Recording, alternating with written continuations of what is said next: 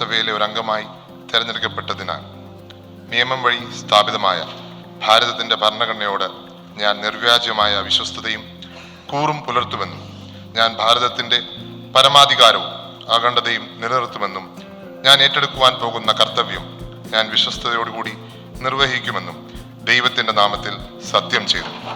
ചാണ്ടി ഉമ്മന്റെ വിജയതിളക്കത്തിൽ 9ാം നിയമസഭാ സമ്മേളനം ആരംഭിച്ചു. ഉമ്മൻചാണ്ടിയുടെ സ്മരണകൾ പേറി പുതുപ്പള്ളി ഇടതു സ്ഥാനാർത്ഥി ജേക്സി തോമസിനെതിരെ വൻ വിജയം നേടിയ ചാണ്ടി ഉമ്മൻ നിയമസഭയിൽ MLA ആയി സത്യപ്രതിജ്ഞ ചെയ്തു. രാവിലെ ചോദ്യോത്തരവേളയ്ക്ക് ശേഷം 10 മണിയോടെയാണ് ചാണ്ടി ഉമ്മൻ സത്യപ്രതിജ്ഞ ചെയ്തത്. അമ്മ മറിയാമ്മ, സഹോദരി മറിയം എന്നിവരും ചാണ്ടി ഉമ്മന്റെ സത്യപ്രതിജ്ഞാ ചടങ്ങിൽ സാക്ഷികളായി.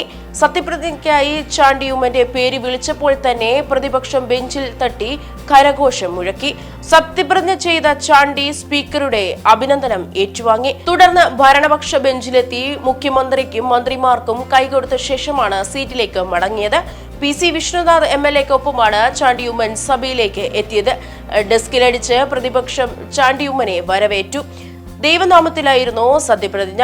ആദ്യം പ്രതിപക്ഷ നേതാവിനെയും പിന്നീട് മന്ത്രിമാരെയും കൈകൂപ്പി അഭിസംബോധന ചെയ്ത ശേഷമാണ് ചാണ്ടി ഉമ്മൻ സത്യപ്രതിജ്ഞ ചെയ്തത്. സത്യപ്രതിജ്ഞയ്ക്ക് ശേഷം അംഗത്വ രജിസ്റ്ററിൽ ഒപ്പുവെച്ചു.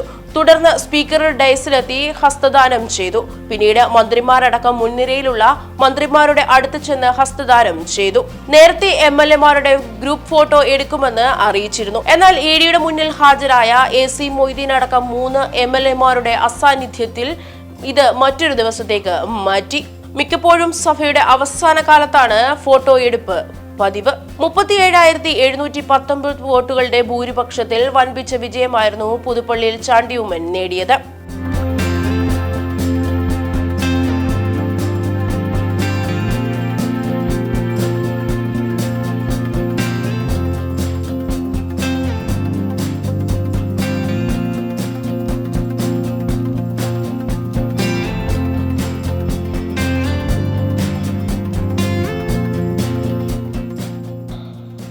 നിയമസഭയിലെ ഒരു അംഗമായി തെരഞ്ഞെടുക്കപ്പെട്ടതിനാൽ നിയമം വഴി സ്ഥാപിതമായ ഭാരതത്തിന്റെ ഭരണഘടനയോട് ഞാൻ നിർവ്യാജമായ വിശ്വസ്തതയും കൂറും പുലർത്തുമെന്നും ഞാൻ ഭാരതത്തിന്റെ പരമാധികാരവും അഖണ്ഡതയും നിലനിർത്തുമെന്നും ഞാൻ ഏറ്റെടുക്കുവാൻ പോകുന്ന കർത്തവ്യം ഞാൻ വിശ്വസ്തയോടുകൂടി നിർവഹിക്കുമെന്നും ദൈവത്തിന്റെ നാമത്തിൽ സത്യം ചെയ്തു.